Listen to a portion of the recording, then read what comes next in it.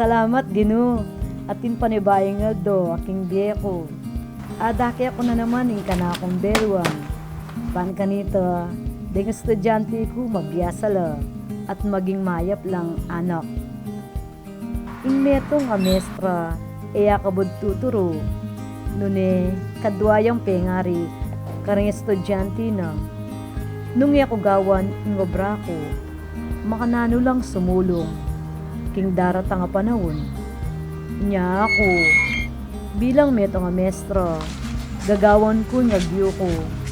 Ban aparandam ko, ing importansya ng edukasyon.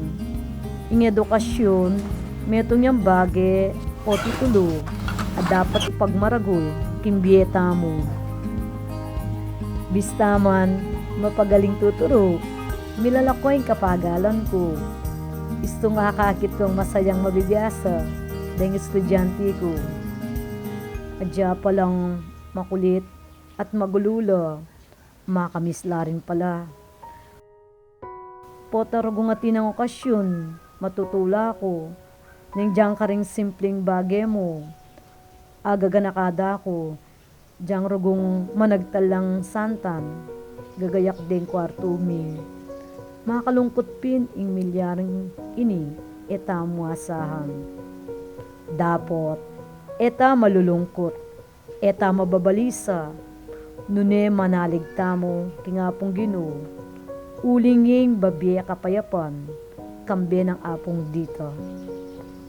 Ding estudyante ang tilamong punla. O kailangan lang itanam, diligan, ang pondinan pataba.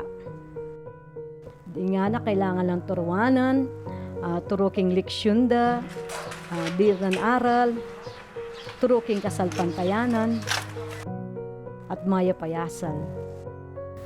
Nano'y dinatangay ni kaya katamo, o ba't kailangan tangami kakawani, agya nga lata namang sigalot, king balang metong at metong. Pelalong impya ka paninayan dangaldo, reng estudyante kimbiyero, ipagkait karelo. Elaman may karanas graduation ceremony, kaniting banwa ring anak, para karela mo naman. Ilang mo muna tangisipan, ingka pakananda at kaligtasan, yayin pigaga na kandaring mestra at ning eskwela. Manaligta mo, mayari na ning pandemya. Mika solusyon na sana, ban kanita, pasibayo, mikitikita na king eskwela.